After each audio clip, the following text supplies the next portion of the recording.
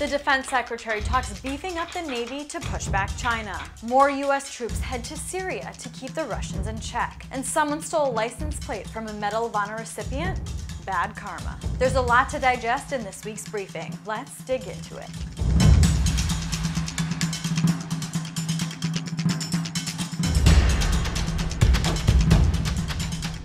In our top story this week, Defense Secretary Mark Esper recently called for increased spending for more U.S. ships to counter China's military. The United States must be ready to deter conflict and, if necessary, fight and win at sea. To achieve this outcome, we must increase funding for shipbuilding. But how would each service branch respond to armed conflict with China? Military Times took a look and uncovered some surprising answers. Reporter Todd South has more. So how could a war with China break out? Well, we talked to military experts, both in and out of uniform, and they came up with pretty much two scenarios. One, a full-scale invasion or threatened invasion of Taiwan, or a misstep or overstep in the South China Sea. Basically, Chinese ships bumping up against U.S. ships and someone fires. So we talked to those experts and found out a little bit more about what each service would contribute to that kind of scenario. So for the Navy, they're key to this entire fight. Basically, it's a maritime operation through and through. A lot of ships are coming into play. Most of 7th Fleet, a good chunk, or all of 3rd Fleet is going to back them up. They're going to bring in ships from Hawaii, from Guam. They're going to bring in aerial assets and, of course, anti-submarine and submarine warfare. The seas between the South China Sea, the Taiwan Strait, all those areas are going to be just cluttered with ships. And they're going to be doing a lot of firing from long ranges because China has its own defenses and its own Navy to counter ours. The Navy has not seen a naval battle like this since World War II. And we definitely have not faced a pure adversary with anything like the ships that China has in more than 70 or 80 years. And of course, alongside those ships and aboard those ships are the Marines. And the Marines have a kind of a new role to play. They've been doing a lot of land warfare with Iraq and Afghanistan. But with the Navy, they're kind of going back to their naval roots, as they like to say. They're going to bring small teams. They're going to do anti-ship movements and activities. They're going to be providing short-range air defense, a lot of air attacks, and capabilities that provide little vantage points and leverage points for the Navy to gain access to sea lanes and coastal areas that normally they would be too far off to really do any good. And so the Marine Corps is really going to play that role of hopping island to island, much like they did in World War II with the Pacific Campaign, but with many less Marines and much more high-tech equipment. So for the Air Force, this fight's a bomber fight. I mean, they need to bring in their space assets for guided, accurate fire. They need to bring in long-range bombers from the continental United States, from Guam, from other areas of the Pacific. They need to be bombing constantly and avoiding detection, avoiding cyber and different types of operations and capabilities that the Chinese have to counter their influence, to counter their targeting, which they again haven't faced against an insurgency or terrorist groups like they have, say, in Iraq and Afghanistan. They've not faced sophisticated systems like this at all. And so it's going to be a different, more complex fight, but one that they could definitely overcome. And the Army does have a role here. In fact, some of it's behind the scenes. They're going to play a lot of role in sea lift and airlift, running logistics around the entire Pacific theater. It's kind of one of their main missions. Key to that is actually what would happen should China go into Taiwan. And it was not going to be necessarily pitched battles in the streets with the Rangers and the 82nd Airborne. More likely, our experts are telling us that they're going to be doing civilian evacuation, much like they would do for parts of the Korean Peninsula should a war break out there. They would have to get civilian populations out of there and allow the fighters, the bombers, the ships, the strike forces to really target what they need to target, both in mainland China and on Taiwan, should the Chinese get a foothold there. But really their role is to take care of the civilian population and get logistics moving and also provide whatever fire support they can. And of course, last but not least, the special operations community. Those forces always have a role to play. It's just a bit different with this one, with the great power competition and larger scale conflict.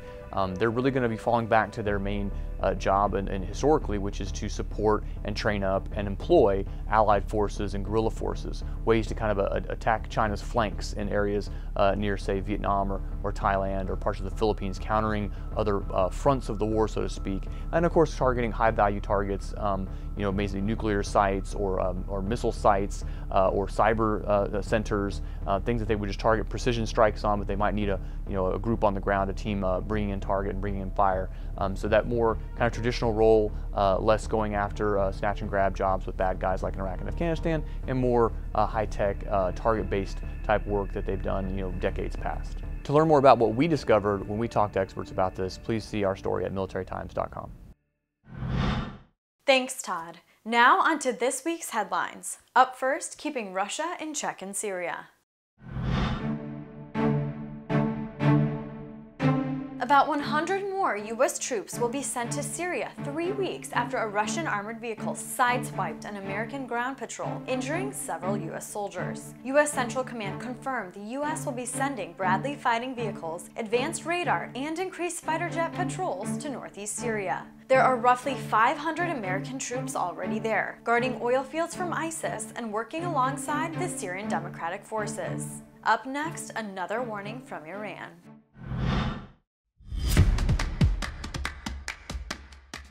The chief of Iran's paramilitary Revolutionary Guard has threatened to go after anyone who had a role in the killing of one of the country's top generals. Commander Qasem Soleimani was assassinated in a January 3rd drone strike near the Baghdad International Airport in Iraq. General Hossein Saleh said this week there would be revenge for the death of his predecessor, and Iran would hit anyone connected to the killing of Soleimani. U.S. President Donald Trump warned back this week that Washington would harshly respond to any attempts to take revenge for the death, tweeting, "If they hit us in any way, we're going to hit them 1,000 times harder." Up next, has a missing World War II sub been found?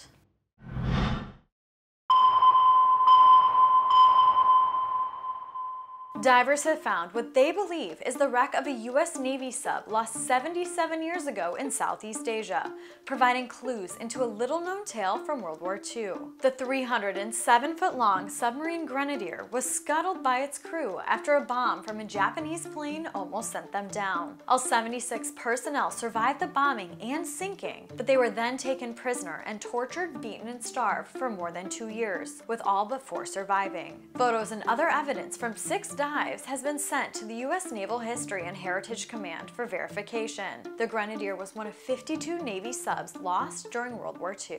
Next up, a Medal of Honor recipient has a rude discovery when he returns from a trip with troops.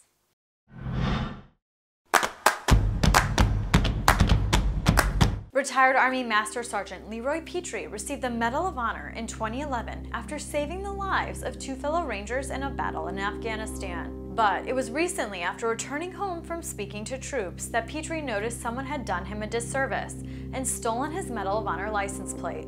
Here's what the retired Army Master Sergeant had to say about it. I have that plate as a signal of pride that for all our veterans, because I do like engaging with our veterans, and when they see those plates, a lot of folks have been encouraged to come up and say, "Oh wow, I never thought I'd meet a Medal of Honor recipient." For one of our recipients that say it's a heavy medal to wear around your neck, for me it gets lighter the more people I share it with. Finally, here's a peek of the Marine Corps' newest motivational ad.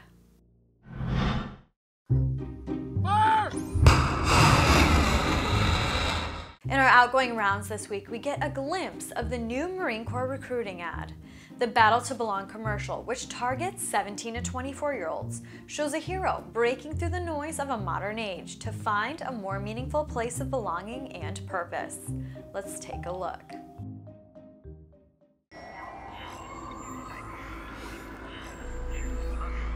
Searching for meaning in a relentless world. Always connected, but somehow alone. Trapped by illusion.